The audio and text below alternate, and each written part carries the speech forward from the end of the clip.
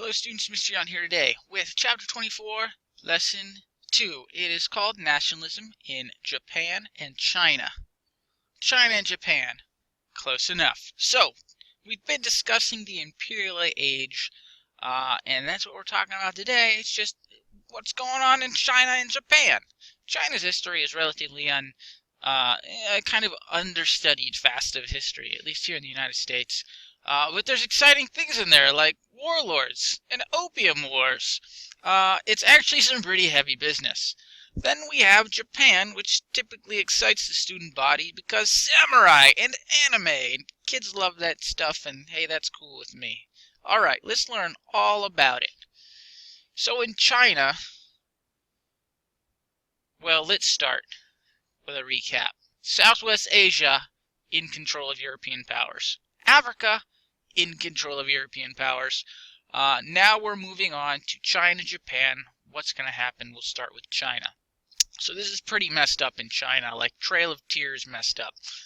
During the 1800s, Britain had high demand for Chinese products because they had some good products, like tea, silk, and porcelain. Porcelain, fine China, right?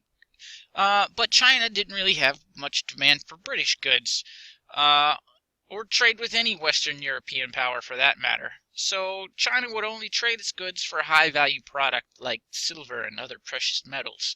Basically, trade with China was very limited. China liked it that way, and nobody else did. So, what did Britain do?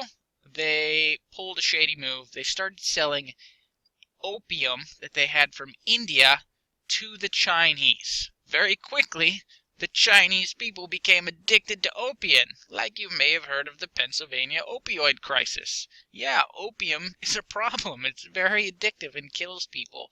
So they basically flooded China with opium, and then the people got addicted, and then they needed more opium, so they had to increase trade with Britain to get more opium. That was how they opened the door to Chinese trade. Now, the Chinese emperor, the Qin emperor, was like, oh my god, Britain has got all of my people addicted to opium. You need to stop this right away. But Britain was like, too bad, so sad, and kept doing it, and you ended up having 2 wars between China and their Qin emperor and Britain, trying to get Britain to get out of their business and stop getting their people addicted to opium, basically to close the opium trade. Unfortunately, Chinese obsolete military was defeated twice by Britain, and so they pretty much did what they want. Britain forced China through military might to essentially open itself to trade with Western Europe, is what happened.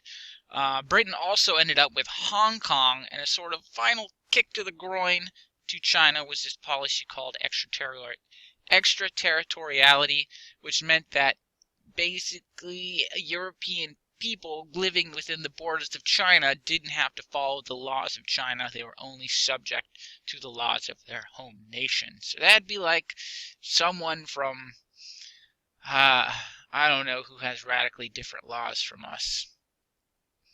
We'll just call it China. Someone from China living here, but they don't have to follow U.S. laws. They only have to follow Chinese laws. And what if they have crazy laws that say you have to bathe every day at 3 o'clock, no rubber ducks allowed, no cookies, and then they follow their laws instead of our laws? You can see how that's kind of weird, kind of not cool. So that's what extraterritoriality is, our only vocabulary word for this lesson. Alright, in the mid-1800s, life wasn't great for the peasants of China. High taxes and bad weather led to food shortages. So there was a peasant revolt, led by a religious leader named Hong Xiuquan. Now, this revolt was called the Taiping Rebellion, and the ultimate goal was to overthrow the Qin Emperor. Now, Europe, specifically Britain, had just spent a lot of time kicking the Chinese government's butts in order to boss them around, and they weren't very well going to let all their hard work be overturned by a peasant revolt, so they helped the Qin Emperor crush the uprising. The rebel army was defeated, but Chinese government's officials took this revolt and realized it was time to modernize, hopefully to stop the influence of foreign powers, as well as maybe prevent some peasant revolts. A modern China would not have food shortages, things like that. That's what they thought. Now, after the Taiping Rebellion, European trading and mining opened up in China. It was basically opened up to foreign investors, and subsections of China fell into what we remember the sphere of influence, our vocabulary word from lesson 1. So instead of like a whole country being in a country's sphere of influence, it was little subsections of China. That is until the USA kind of got involved, and they advocated for what was called the open door policy, meaning, guys, let's not take little sections and divide China up among ourselves. Let's just let China trade with everyone. And the other world powers reluctantly agreed to this. That was the year 1899. This open door policy was initiated. So now China is open up to the world. Now the Chinese started to hate foreigners, which is understandable as foreigners were slowly taking over their country. By the late 1890s, secret societies were forming to drive out Westerners, and they also attacked the converted Chinese Christians. The Righteous and Harmonious Fists were sort of the most famous of these organizations. Europeans called them the Boxers, and European troops had to be sent to go crush the Boxers in what was called the Boxer Rebellion. That's a pretty cool name. Not the boxer part. The Righteous and Harmonious Fists. I think it sounds like a superhero. Alright, that leads us to the 1911 Chinese Revolution. So in the early 1900s, Chinese leaders sensed the changing winds of the world and attempted reform in order to maintain power. So they try to do things like reorganize the government into something more modern. They set up European-style schools. For some, though, particularly the Chinese middle class, it was too little too late. They thought they were living in ancient times. In 1905, a doctor named Sun Yat-sen created what is called the Nationalist Party, whose goals were to basically overthrow the Qin dynasty and turn China into a democracy. In 1911, revolution swept through China and the Qin emperor dethroned. The movement didn't have enough power, though, to form a strong national government, so they asked the army, the head of the army, General Yuan Shikai, to be president. Now, Shikai didn't know anything about democracy, so he began to rule as if he were emperor and disbanded the new parliament. Well, the Nationalist Party once more revolted. The revolt failed, and now the founder, Sun Yat-sen, had to flee to Japan, sort of in exile. So when General Shikai died in 1916, warlords took the country back over. Chaos reigned, and Sun Yat-sen returned to China to rebuild the National Party. He began to build an army with the help of a young army officer named Chiang Kai-shek. Sun died in 1925, but Chiang Kai-shek basically defeated all the warlords in 1928 and created a nationalist-led China once more. So all kinds of chaos in China. There he is, Sun Yat-sen. Okay, moving over to Japan, where the names are a little easier to say. Japan had remained isolated from much of the world for some time. Actually, they were isolated from the whole world for quite a long time, and they were having internal power struggles as well, just like China. They were also, just like China, going to face pressure from the West to open up. So from 1603 to 1863, the military leaders known as the shoguns controlled Japan. Their government was called the shogunate. They had basically defeated the warring daimyo, the nobles of Japan, and created a strong central government called the shogunate. Initial contact with the Japanese occurred in the 1500s. With the European traders came Jesuit missionaries who began converting thousands of Japanese to Christianity. Fearing the destruction of their culture, the shogunate prohibited contact with foreigners. This was the Tokugawa shogunate. In the 1850s, the shogunate once again began to open up to trade. In 1853, Commodore Perry, the hero of the Battle of Lake Erie in the War of 1812, sails in to Edo Bay, which is now Tokyo Bay, to deliver a letter to the shogun from President Millard Fillmore asking to exchange ambassadors and to trade with the U.S.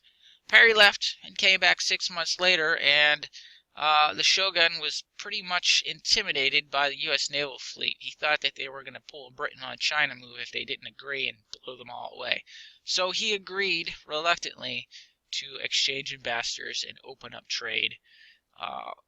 Similar agreements with the other European powers soon followed. So basically now Japan was open up to trade with the world. Now, many in Japan did not like these treaties and were skeptical of foreign influence. As such, a group of samurai overthrew the shogun in the name of Emperor Mutsuhito.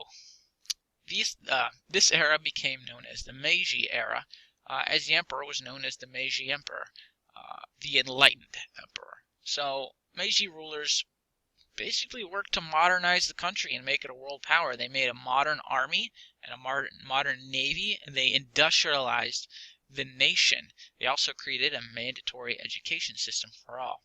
By 1914, Japan was a real industrial power, very modernized. Like the United States, however, their workers were basically paid very little and worked in horrid conditions. This brings us to Japan's empire. With Japan becoming a world power, they wanted in on the empire building game. They're like, hey, all right, we're modern now. What's everyone else doing? Forging empires? Us too. Let's do that. The first colony of Japan was Korea. Now, China didn't want Japanese influence so near their nation. See, like, here's Japan, here's Korea, and then China's like right here. So they went to war with each other, and unfortunately for the Chinese, the Japanese kicked their butts because the Japanese had a modern army and navy. China was essentially forced to give up Taiwan, accept Korean independence, and Japan gained complete control of Korea's trade. Now, Japan also soon came at odds with Russia, who also wanted trade with Korea, and Japan basically snagged it up. Both nations also wanted control of nearby Manchuria. So Russia already held a Port Arthur, in Manchuria. So what did Japan do? They attacked it. And the Russians tried sending their fleet to Japan to attack Japan, but Japan had a more modern army and navy than Russia, so the Japanese took Port Arthur, and they defeated the Russian fleet on the high seas. Russia was forced to surrender Port Arthur, as well as an island, the Sakhalin Island, north of Japan. And at this point, most of the world recognized that Japan was now a major world player. They did an admirable job of going from pretty Middle Ages to all of a sudden being a major world power. Very rapid. All right, hey, that's the lesson. We have China, we have Japan. Sounds like Japan's doing much better than China. And we have your typical 10-point quiz. 5 questions, multiple choice. If you have any questions, please let me know. Otherwise, have a wonderful day.